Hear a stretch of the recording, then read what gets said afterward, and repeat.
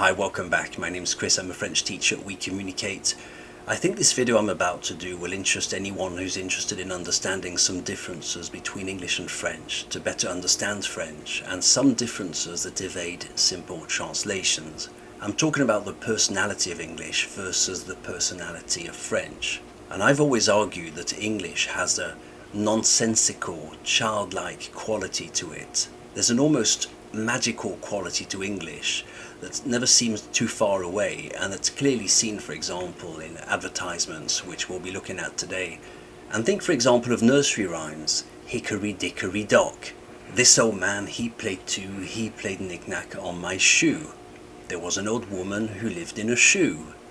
Little Miss Muffet sat on a tuffet when down came a spider and scared her away, and the grand old Duke of York had 10,000 men. He walked them up to the top of the hill and he walked them down again. I think all of this points towards a certain nonsensical quality of English. I would argue that French almost has a structural impossibility to be playful or childlike, or at least the distinction between formal French and children's French is so overly obvious that it's almost like forcing French into being what it wasn't designed to do. When you want to make it playful or childlike, well, you notice it straight away and it's almost not proper French anymore. And in this video we won't just be talking about the meaning of words, but also the mental images that words convey in our brain. And there was a very interesting comment left on one of my videos by a bilingual who said that the way he perceived a letterbox in English and in French wasn't the same. So the way you perceive a letterbox in two languages is not exactly the same object. The feelings that you attach to the letterbox in English and in French isn't the same. And all this led me to look at slogans, and we'll look at 5 famous slogans and try to translate them from English to French and show why the translation doesn't really work. And we'll start this video with 2 slogans in which nothing is lost in translation. The first is for L'Oréal, because you're worth it, which translates to parce que vous le valez bien. And the second is for Red Bull. Red Bull gives you wings, Red Bull vous donne des ailes. Now these 2, nothing is lost in translation. And the only way I would see it lost in translation is, for example, in the case of L'Oréal, if the idea of worth in a certain society had nothing to do with cosmetics or luxury products, then you'd have a case where a person might not get it. What do you mean I'm worth it? What's the idea of worth in a person? Now we get this because culturally we understand what they mean. So we understand what they mean between English and French. We would understand this slogan in the same way. And the same way that we understand Red Bull vous donne des ailes, Red Bull gives you wings, well of course you're energized, you're flying, you see. So these 2 work really well. Which leads me to a slogan which in my opinion doesn't work at all. M&M's melts in your mouth, not in your hands. M&M's fond dans la bouche, mais pas dans la main. And until 2 days ago, I'd only ever heard it in French. Fond dans la bouche, mais pas dans la main. And what's interesting is that the way I perceived it was just a practical advantage. And I thought, oh, that's handy. It doesn't melt in your hand. Okay, I see. Yeah, right, because usually chocolate, it melts in your hand. So it's really handy. And what the slogan got through to me as a native French speaker was just a practical advantage, a practical quality. Nowadays we have chocolate that doesn't melt in your hand.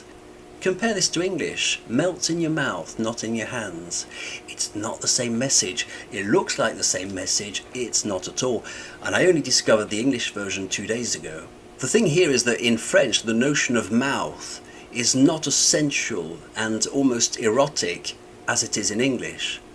So bouche and main, mouth and hands, are just attributes of your body, if you want. You know, they might as well have said M&M's doesn't melt behind your ear if you stick an M&M's behind your ear. It's the same type of message.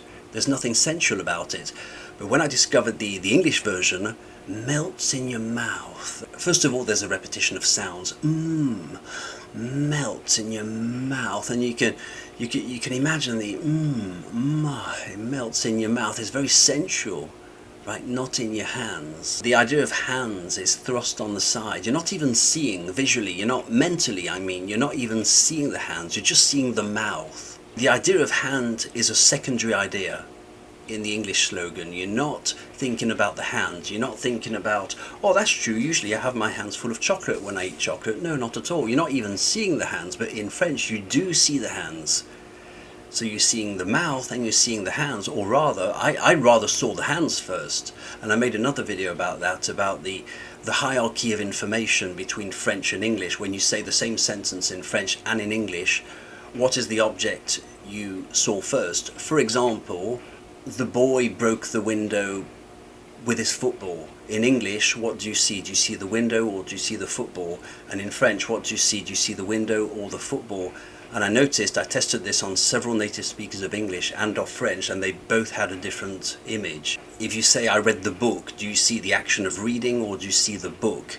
J'ai lu le livre, what do you see in your mind's eye mentally? And I've noticed that the answer is often different between English and French. So in the case of melts in the mouth, it's a very sensual slogan. It's a very sensual slogan. Melts in your mouth. And they could have stopped there, really. But they chose to add not in your hands, okay, perhaps to make it playful. You know, little children, and I alluded to the fact that English was a very playful language, magical, childlike language, and here you see little children with chocolate all over their hands, you see, which is not really a French thing to do, is it? The French version does not say the same thing. It sort of does, but the mental pictures of melting in the mouth are not the same at all. The next slogan is Taste the Rainbow by Skittles. We all know what Skittles are. They're little multicoloured sweets. And when you say taste the rainbow, you can actually taste it. And it works very well in English. But in French, goûter l'arc-en-ciel, why doesn't it work? Because it's the notion of rainbow that's not the same. The notion of rainbow in French is a phenomenon that has to do with weather. It's like the rain, it's like snow, but the idea of rainbow in English is very different, and you can probably all hear yourself say, look mummy, a rainbow, oh make a wish, because, well, the rainbow in English, you have the idea of the leprechauns, the gold at the end of the rainbow, and it's a very kind object, it's a very childlike object that you probably coloured in your children's picture books. In my mind it conveys pictures of green meadows, bright rainbows, almost the edible countryside. You know, you can eat the bushes, you can eat the rainbow. It's all very kind and edible and reassuring, and this is why it works, because you can link the idea of a rainbow with sweets, and in a sense it's the same idea. But the notion of arc-en-ciel in French doesn't convey the same pictures. It's not the same thing. An arc-en-ciel is not a kind object that you link to leprechauns or gold, or so when you say goûter l'arc-en-ciel, or what does it even mean, taste the rainbow, what does it mean? Well, first of all, they might not be familiar with Skittles, that's one thing, but I would rather translate it by un arc-en-ciel de saveur, a rainbow of taste. And then you get the idea, because the idea of rainbow in French, the first idea that comes to my mind is several colours, multitude, selection. Un arc-en-ciel de saveur would work a lot better in French if I had to translate this slogan. The third one I found is for Gillette, the razors, Gillette, the best a man can get.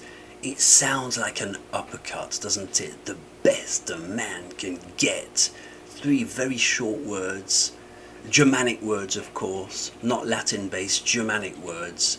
The man gets what he's owed. They claim what's owed to them. It's the best, it's what the man gets. It's a very macho, but at the same time it's not aggressive.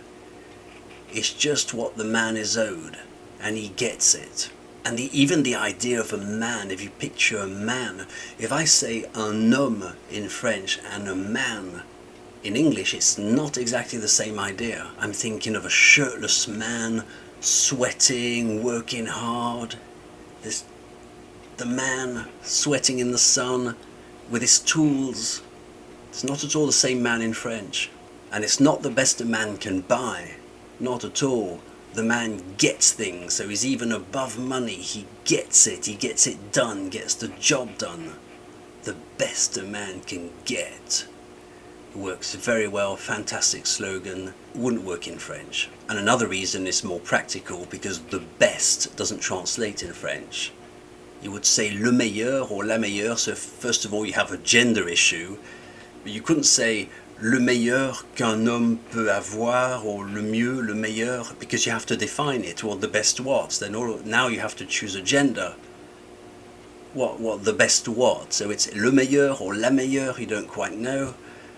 Le meilleur, le mieux qu'un homme, but then le mieux is the better rather, not the best. It's not the absolute best. Le mieux qu'un homme.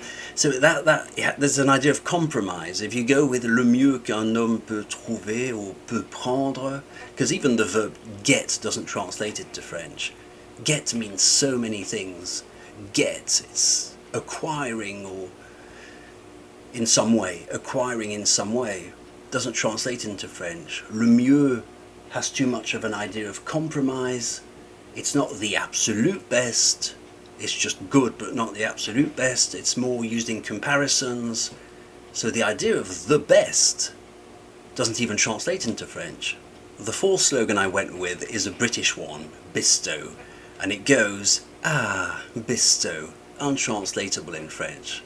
First of all, they don't have gravy, or at least they don't use gravy at every dinner as we do in England. So these are little granulés, and you add hot water onto your gravy, you mix it up and it gives you bisto. It's gravy that you have with your dinner. But the fact of saying, ah, bisto, this sound doesn't translate into French, because if you put it into French, they'd say, ah, bisto. It's more like a at last, a satisfaction, bisto, that's good. But is more, it's a soothing sound, bisto, it's a very warm exclamation, it's a very warm feeling, it's very comforting. It's very comforting, and all these words don't exist in French, you know, cuddling, hugging, and all that doesn't exist. Bisto. There's something very, very homely about it, very, very warming, very, very comforting, that you can't really translate into French. Bisto, it's more like a happiness. Oh, there's, you know, you might say, bisto, there's a good idea, mustard, oh, good. You know, you're just happy because it's there. It's not really a comforting feeling. Bisto, very warm, untranslatable once more. And the very last one I went with is King of Beers by Budweiser. King of Beers. And this too doesn't translate into French, because you could try to say Le Roi de la Bière, but it almost seems like the King's Jester. It isn't noble, it isn't regal. It's more like a joke, Le Roi de la Bière. It's a sort of roly-poly if you say Le Roi de la Bière. One reason could be that the way we use the term Le Roi, the King, is used more jokingly and even to mock people. So if you say you're the king of the dance floor, it's actually positive in English, the king of the dance floor. But if you say le roi de la danse, it's I'm almost ribbing you, I'm mocking you. You're the best, aren't you? You're the best, aren't you? You're a bit simple, but you're the best, aren't you? And you use this mockingly. For example, if you saw your neighbour mowing their lawn, you'd say jokingly in French, you're the king of the lawn or something like that. T'es le roi du jardin, t'es le roi du whatever. And it's used more mockingly, so that the very notion of le roi isn't regal, it isn't kingly. Le roi de nothing, it's almost always used in the context of a joke. And of course there's a grammatical impossibility in French, because the gender of bière is feminine, so you couldn't have le roi des bières, because you would be the king of the feminine things, which wouldn't work. So you would have to go with la reine des bières, which would work better to an extent. La reine des bières, why not? I think you could get away with it. La reine des bières, why not? I think that the term of queen is more neutral. It doesn't tend to make people laugh. It's not all roly-poly. Then again, beer isn't really linked to the idea of nobility or kingdoms. It's rather more a basic drink, especially in the Germanic tradition. In the Latin world it's more wine, isn't it? We drink wine.